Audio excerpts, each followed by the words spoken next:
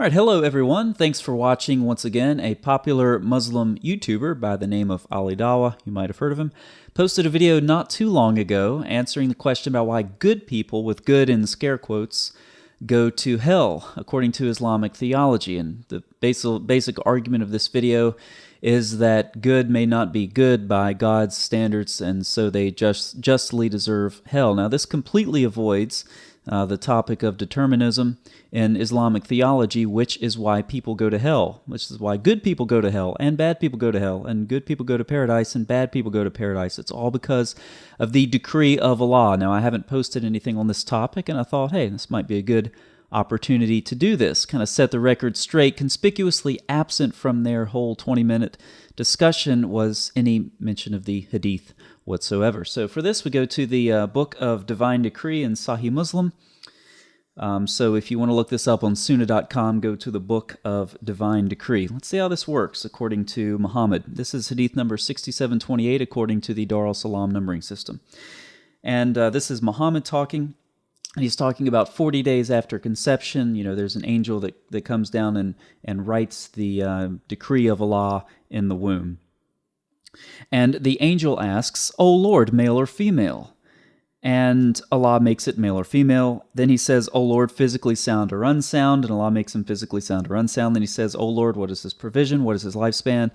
Then Allah makes him doomed or blessed. Okay, so your destiny, your deeds, etc., are all set before you leave the womb in Islamic theology. A little bit more on this doctrine. This is hadith number 6735. Now, the pen's drying, everything is written in the womb, and so the pen's drying is a metaphorical way of saying that your fate is sealed. And that terminology is used here. "O Messenger of Allah, explain our religion to us as if we have had been created just now. What about the deeds that we do day to day? Are they because the pens have dried and they are already happening as they have already been decreed? Or what are we to do?" He said, "No, it is because the pens have dried and they are happening as they have already been decreed." So even the day-to-day activities, which is the level of questioning that Muhammad's companions here are going to, Muhammad clarifies that even day-to-day activities are already decreed by Allah. Third example here in the Book of Divine Decree. This is Muhammad speaking, "By the one besides whom none has the right to be worshipped, one of you may do the deeds of the people of paradise until there is nothing between him and it but a cubit. Then the decree overtakes him, and he does the deeds of the people of the fire and enters it. And one of you may do the deeds of the people of the fire until there is nothing between him and it but a cubit. Then the decree overtakes him, and he does the deeds of the people of paradise and enters it." So you can live like a, what do you want to call it, criminal all your life, but then at the end you get to within a cubit of the doorway to hell, and then Allah's decree takes over. Or you may be Ali Dawah or another Muslim doing all of the things that you're supposed to do, the deeds of the so-called people of paradise, and you get to within 1 cubit of paradise, and then you're turned away into hellfire. Suspense in Islamic theology is a divine attribute. Allah doesn't tell you where you're going, or you don't find out where you're going until right before you get there. Maybe you'll get into paradise, maybe not, but it's not based on what you do. It's based on Allah's decree, which is decreed and written. The ink has dried before you leave the womb. Now, what about children? What about children? Where do children go when they die in Islamic theology? Well, I've noticed that on Islamic YouTube pages, whenever they're talking about, and it happens in general, but specifically whenever they're talking about something that's difficult to hear, like the bridge over hell. You die, you're tortured in the grave, then you cross the bridge over hell. There are thorns that are like hooks, and they rip at your flesh, and sometimes they rip you off the bridge, and you struggle across it. Maybe you'll make it across, maybe not. If you do make it across, there's a second bridge, and you stop there, and you retaliate on other Muslims for sins done in this life, all that nonsense. When that's being discussed in khutbahs online, there's some very dramatic, not music, but voices in the background. And They do this to make you feel good about what's being said and to make it seem like the text has more authority. I mean, if it has some pleasant sounds in the background, it must be okay, right? And so here's an example of this. And some people will fall and will hold on to it and will get back up. They will get cut, but they will make it across. And some people will not.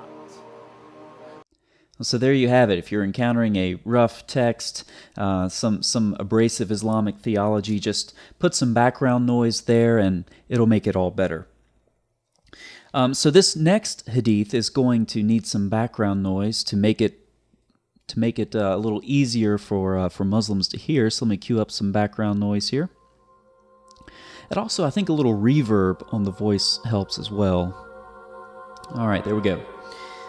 It was narrated that Aisha, the mother of the believers, said, "The messenger of Allah was called to the funeral of an Ansari boy, and I said, 'O messenger of Allah, glad tidings for this boy, one of the little birds of paradise. He did not do any evil or reach the age of doing evil.' He said, 'It may be otherwise, Aisha, for Allah created people for paradise. He created them for it when they were in their father's loins, and He created people for the fire. He created them for it when they were in their father's loins.'" So there you have Aisha, standing at a funeral saying, this boy's not old enough to sin, he's not old enough to commit any evil, he's in paradise. And Muhammad says, not so fast, because Allah has decreed where people are going to go before they're born. Doesn't have anything to do with reaching the age of evil or not.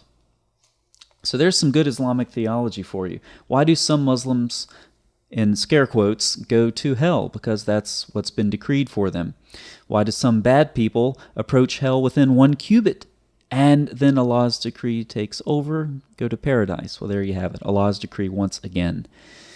So it doesn't have anything to do with being good or being bad. Ali Dawah himself may be among other Muslims who think that they're Muslims, who think that they're doing the deeds of the people of paradise, who, once they get to within 1 cubit of it, are turned away and get sent to hell because that's what Allah decreed. Interesting how that works. And Islamic parents, Muslim couples. You have a child that dies, you have no idea where that child is. There's certainly no guarantee that child is in paradise.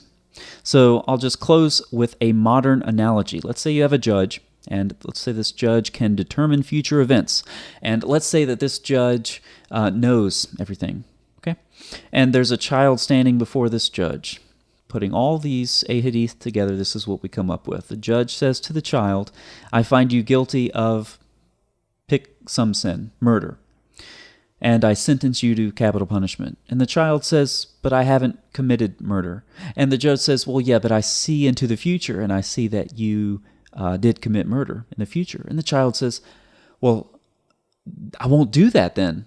I won't do that. I don't want capital punishment. I don't want to kill anybody." And the judge says, "Yeah, but I've already decreed that you're going to do this. That's why I see it in the future, and that's why I'm condemning you to capital punishment." You see, that's exactly what Allah does. Even the day-to-day events are controlled. Your fate is determined in the womb, and you can't do anything about it. You can't change the decree of Allah. That's even apostasy, as defined by Al-Mizri. It's one of the things that constitutes apostasy in Islamic theology. So there you have it. Children, babies, they can easily end up in hell in Islamic theology. And even Muslims themselves, people who do the deeds of the people of paradise, may be denied paradise once they get to even within a cubit. And suspense then becomes a divine attribute of Allah.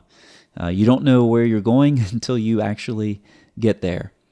And there's no amount of soothing voices in the background or reverb on the voice of the speaker or nonsense from swindlers like Ali Dawah that will change the fact that Muhammad's theology and the theology of the Islamic religion as a whole is utterly atrocious. And this is one good example. Thanks so much for watching. I'll see you next time.